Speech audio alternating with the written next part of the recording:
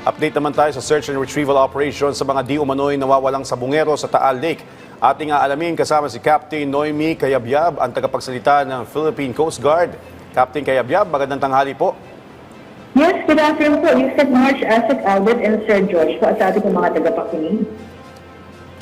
Yes, ma'am. Ano po ang update at sa search and retrieval operations natin na ginagawa ng PCG divers sa Taal Lake at ilang sako na po ang ating nakuha? As of the moment po, ongoing pa rin po ang ating diving operations. Tuloy-tuloy po yun.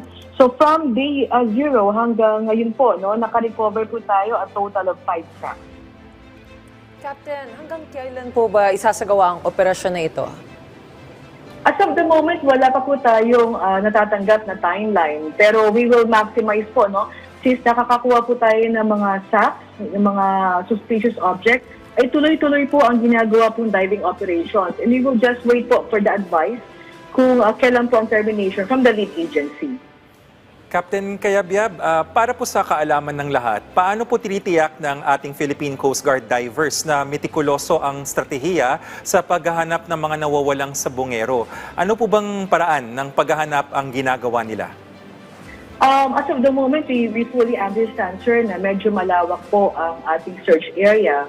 So we have identified location based from the intelligence information that we have received from the lead agency. So dyan po ngayon nakatutok ang ating mga divers. So pagdating naman po sa proseso, ang ginagawa naman po natin dyan ay may tinatawag po tayong jack stay search. Yan po yung paglalagay po ng rope o ng linya na yun po ang tutulong sa ating mga technical divers na masinsin po nilang sisisirin itong search area po natin. Because from day 0, ang nagiging feedback po sa atin ng mga technical divers ay yung visibility underwater. So malabo po talaga, nag-zero visibility and maburak po yung ilalim po. So we use this search strategy po para makapaghanap pa po tayo ng mga possible evidences na makakatulong po sa investigasyon na ito. So for the past few days, we are using this jack-based search po as our search and retrieval strategy po. Yes, Captain Noemi, liwanagin lang po natin dahil sa social media, maraming mga nagkokomento ng netizens na parang mabilis daw po nahanap itong mga sako na ito. Pero para lang po din po sa kaalaman ng publiko, pwede niyo po bang pakipaliwanag gaano po ka-epektibo yung ginagawa nating proseso para makita natin agad yung ating hinahanap sa ilalim nitong Taal Lake? Well, ang pinaka-importante po siguro, no, is yung pagbigay po sa amin ng location. So we receive intelligence information and this is from our lead agency.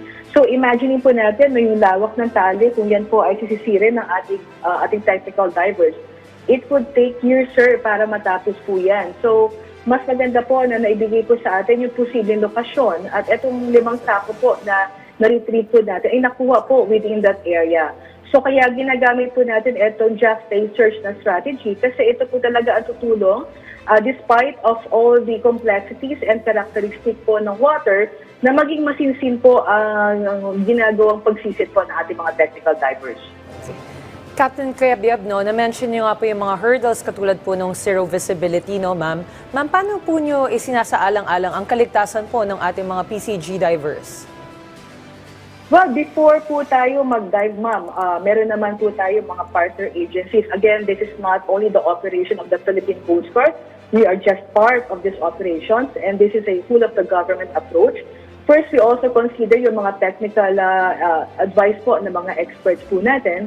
And for the safety of our technical divers, meron naman po tayong hyperbaric doctors na on board po na tumitingin at nagsisigurado na sa bawat diving operation, before and after, ay tinitingnan po at sine-check yung mga condition po ng ating technical divers. Again, the topmost priority of the Philippine Coast Guard is our operators. So, kailangan po siguraduhin yung kabuuang kapakanan po nila sa bawat operasyon po natin. Captain Cayabyab, nabanggit niyo po yung termino na technical divers, no? So, pakipaliwanag lang po sa ating mga manonood, anong pinagkaiba nito sa yung diver na naririnig natin? Nabanggit niyo rin yung sinabi niyo yung hyperbaric doctors, no?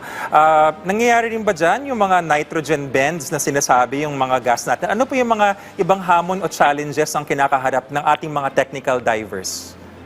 Well, malaki po ang pagkakaiba, yung tinatawag po natin na recreational diver. and yung technical diver. So una po is yung training, and pangalawa yung gamit pong equipment, and pangatlo po yung lalim po na kaya po nilang abutin. So this past few days, nag-range po tayo ng halos 50 to 70 feet in depth po. So kung wala pong kaukulang training ang ating mga divers na ibinababa, ay maaari pong magkaroon ng insidente. So mga possible nga po dito yung kung hindi po tama ang pag-akyat because of this, yung depth po ng kanilang search area, ay maaari pong pumutok ang kanilang inidram or mas worse na po ang mangyari doon. Kaya meron po tayong hyperbaric doctor na mag-ensure po ng kaligtasan at titingin po sa kanila.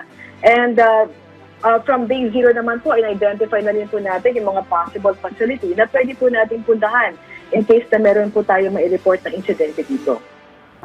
Yes, Captain. Meron po naging pahayag si Dr. Raquel Fortun, isa pong forensic pathologist, na hindi daw po dapat inilalatag yung mga buto once na ma-retrieve yung mga sako.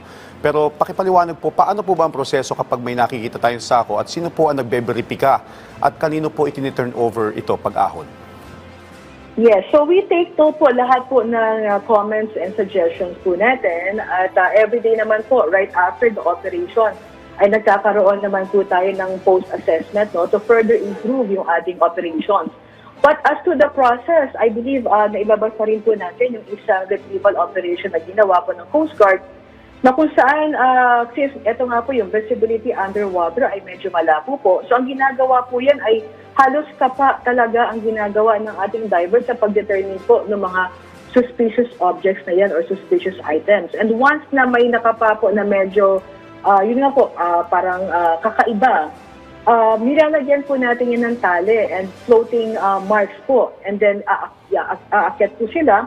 And then we inform the lead agency and then the SOCO. And then once we receive a go signal, na pwede na po i-retrieve. Kasi yung location po ng item na yun or yung subject na yun would be part of the investigation. So once we get an approval, dyan po natin nire-retrieve. But then again, since ito pong sako na na-recover, hindi po natin alam kung gano'n na po matagal sa ilalim ng tubig and there may be possibility na ito po ay butas or sira na, we don't want to compromise as well the integrity, yung mga bagay na makukuha po natin. So kung mapapansin po natin, naging speculation rin po yung mga sacks na nabanggit po ay bago. So ito pong sacks sa ilalim, itong mga suspicious material na to, once we get an approval from the SOCO to retrieve it, nilalagay po natin yan sa file mesh net. Kasi imagine po natin, music and asset na kung iaakyat natin 50 to 70 feet, itong sako na butas or sira, may possibility po yan na matatapon. And again, we don't want to compromise the integrity. Ito po nakukuha natin mga ebidensya. So iaakyat po natin yan, ilalagay po natin yan sa file mesh net para hindi po kumalat or matapon. Then pagdating po sa surface, nandyan na po yung ating mga SOCO. So we automatically and immediately turn over all those retrieved evidences para ma-ensure po yung chain of custody of the evidences that were gathered. So ganyan po ang proseso po natin. And then the SOCO would bring those subjects po sa kanilang staging area for further verification. Captain, may ibang paraan o strategy po ba na gagawin ang technical divers natin sa mga susunod po na araw? As of now, nag-iiba-iba naman po yung ating search pattern. Depende po yan. So ngayon po, ang ating search area, ina-extend po natin from the day zero na ibinigay po sa atin, ina-extend po natin 10 meters to 20 meters.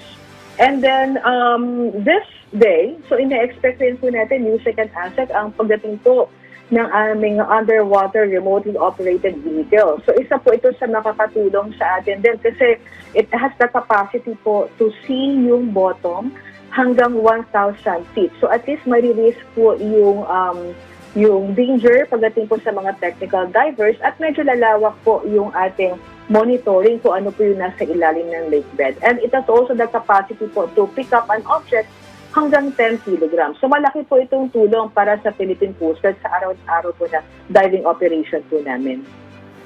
Captain Noemi, no, kitang-kita po namin sa mga monitor na yung equipment at yung professionalism ng ating Philippine Coast Guard. No.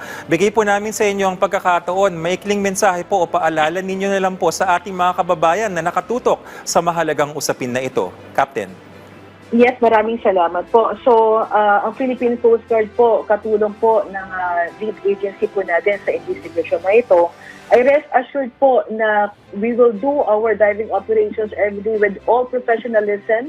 And ang layunin naman po natin dito is makapagbigay po ng hustisya at katotohanan, lalo-lalo na po sa mga pamilya. Kaya sinisigurado po namin dahil ang bawat sisid at bawat baba po ng aming mga technical divers ay kanila pong buhay ang nakasalalay dito. Kaya rest assured po na ang bawat pagkasagawa po namin ng mga diving operations, ito po ay tapat at patas po. Maraming salamat po sa inyong oras, Captain Noemi Cayabyab, ang tagapagsalita ng Philippine Coast Guard. Yes, maraming salamat po, sir. Magandang hapon po.